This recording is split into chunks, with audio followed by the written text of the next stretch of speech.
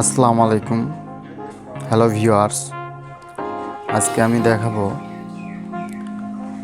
পাওয়ার switch open করার পর 100% one ড্রয়ারে অর্থাৎ প্রথম ড্রয়ারে A4 সাইজ ধরেই রাখে।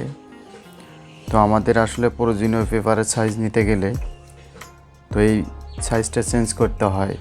তখন আসলে কিভাবে চেঞ্জ করব, বা সুইচ অন করার পর যে ফাংশন ধরে থাকে সেখান থেকে কিভাবে আমরা চেঞ্জ করব।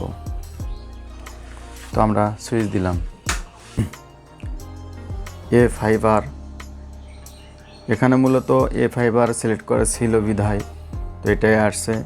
তো এখানে সর্বক্ষণই 100% on drawer A4 paper size select করা থাকে। তো এখানে আমরা আসলে কিভাবে চেঞ্জ করব, ফাংশনের মাধ্যমে বারবার ড্রয়ার ওপেন করে পেপার ঢুকানোর পর সাইজ সিলেক্ট হয়, আর ওখানে সিলেক্ট করে কাজ করাটা নিয়মের মধ্যে পড়ে না।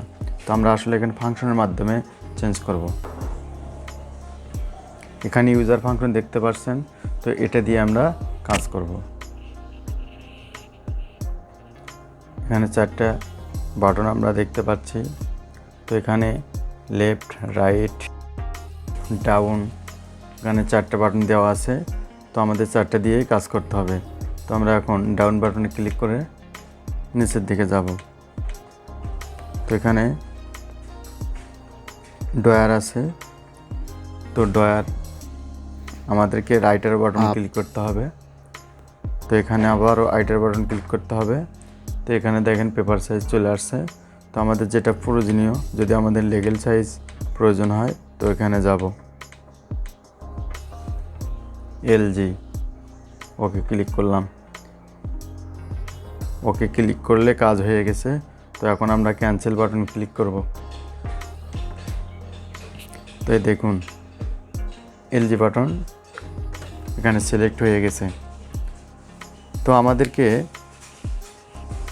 এগুলোর বিষয়ে মাথায় রেখে কাজ করতে হবে। তো সাধারণত আমরা নতুন অবস্থায় যে কাজগুলো আমরা করি, তো আমাদের এই ফাংশনগুলো জানা না থাকলে তো আমরা কি করি, ড্রয়ারে পেপার প্রবেশ করাই। ধরুন এটা আমি ড্রয়ার, পেপার আমার এখানে দেওয়া আছে, তো আমি এখানে পেপারটা প্রবেশ করাবো।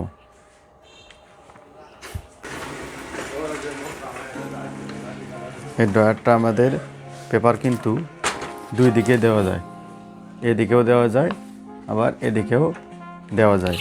তো আমরা কি করব, সর্বপ্রথম এই যে এখানে একটা লক আছে, অর্থাৎ এটা একটু চাপ দিয়ে ধরিয়ে আমরা কিন্তু টেনে নিয়ে আসব। আবার ছেড়ে দিলে আটকে যাবে। চাপ দিয়ে ধরে সামনের দিকে যতটুকু প্রয়োজন ততটুকুই আমরা নিতে পারবো। তো আমি পেপারটা এখানে প্রবেশ করালাম, A4 সাইজের পেপার। তো আমি এখন এইটা চাপ দিয়ে ধরে ওকে করলাম। তো এখন আমরা ড্রয়ারটা যদি আমরা এখানে লাগিয়ে দেই তো অটোমেটিক কিন্তু আমাদের ফাংশন চলে আসবে। তো এখানে লাগানোর পর এখানে ইয়েস অপশন আমরা ক্লিক করব। তো এখানে দেখেন আমাদের ফাংশনগুলো চলে আসছে। তো নতুন অবস্থায় আমরা এই ড্রয়ার লাগানোর পর আমরা এভাবেই পেপার সাইজ সিলেক্ট করি। তো আমরা আর এভাবে সিলেক্ট করব না, আমরা সব সময় একটা বিষয়ে লক্ষ্য রাখব, ফাংশন ইউজার বাটন আছে, তো এখানে ক্লিক করে আমাদের ড্রয়ার পেপার সাইজগুলো সিলেক্ট করতে পারবো, আর এভাবে আমরা কাজ করতে পারবো।